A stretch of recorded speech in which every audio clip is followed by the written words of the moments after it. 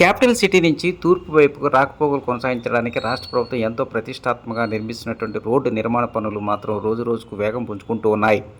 ఇక అమరావతి రాజధాని ప్రాంతాన్ని నుంచి మంగళగిరి నగరం ఉండేటువంటి రెండు కీలకమైనటువంటి రహదారులు E13, E15లో నెడుమూరు గ్రామం నుంచి మంగళగిరి పాత బస్టాండ్ వరకు రోడ్డుకి ఇరువైపులా విస్తరణ పనులు జరుగుతూ ఉన్నాయి. అయితే ఇదే సమయంలో ఈ రోడ్డుకి విస్తరణ సంబంధించి గతంలో ఉన్నటువంటి రోడ్డు ప్రక్కనే ఉన్నటువంటి భారీ వృక్షాలను తొలగించాల్సిన పరిస్థితి ఏర్పడింది.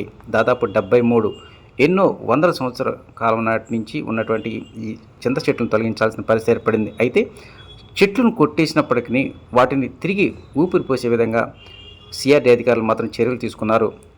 రీప్లాంటేషన్ విధానం ద్వారా వాటిని ఎంతో జాగ్రత్తగా తొలగించిన చోటే తిరిగి నాటే కార్యక్రమాన్ని శ్రీకారం చుట్టారు. ఇక మంగళగిరి మండలం నిడమర గ్రామ శివారు నుంచి పాత బస్టాండ్ వరకు 3.5 కిలోమీటర్ల మేర 2 ప్యాకేజీలుగా ఈ రోడ్డు నిర్మాణ పనులు జరుగుతూ ఉన్నాయి. వాటిలో భాగంగానే ఇప్పటికే రోడ్డుకి ఇరువైపులా డ్రైనేజీ వ్యవస్థకు సంబంధించినటువంటి నిర్మాణ పనులు వేగం పుంజుకున్నాయి.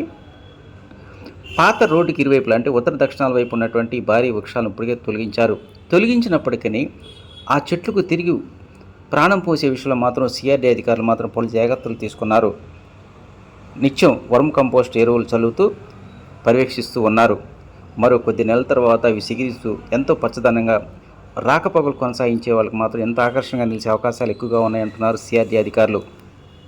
ఇక క్యాపిటల్ సిటీ నుంచి తూర్పు వైపుకు రాకపోకలు కొనసాగించేటువంటి రహదారుల్లో ఈ నిడమర్ రోడ్డు అనేటువంటిది ఎంతో కీలకం అని చెప్పుకోవాలి. కారణం రోజుకు సరాసరి 20 నుంచి 25 గ్రామాలు చెందినటువంటి సాధారణ ప్రజానికు, అదేవిధంగా క్యాపిటల్ సిటీలో ఉన్నటువంటి వివిధ యూనివర్సిటీలకు చెందినటువంటి బస్సులు, ప్రైవేట్ స్కూల్ బస్సులతో పాటు ఉద్యోగస్తులు ఇట్లా నిత్యం ఉదయం, సాయంత్రం, మధ్యాహ్నం అనే తేడా లేకుండా ట్రాఫిక్ రద్దీతో సతమతం అవుతున్నటువంటి పరిస్థితి ఏర్పడింది. దీంతోనే ఎంత త్వరగా ఈ రోడ్ నెంబర్ 15 కావచ్చు, రోడ్ నెంబర్ 13 కావచ్చు, ఎంత త్వరగా నిర్మాణ పనులు పూర్తి చేస్తే అంత త్వరగా సాధారణ ప్రజానీకంతో పాటు వచ్చి ఉద్యోగస్తులు, అదేవిధంగా వివిధ యూనివర్సిటీలు చెందినటువంటి విద్యార్థులు కూడా ఈ ట్రాఫిక్ కష్టాల నుంచి బయటపడే అవకాశాలు ఎక్కువగా కనిపిస్తూ ఉన్నాయి. దీంతోనే అటు సిఆర్డీ అధికారులు మాత్రం ఈ 2 రోడ్ల నిర్మాణ విషయంలో మాత్రం పగలు రాత్రి తేడా లేకుండా ప్రత్యేకమైనటువంటి శ్రద్ధ పెట్టి మరీ పర్యవేక్షిస్తూ ఉన్నారు.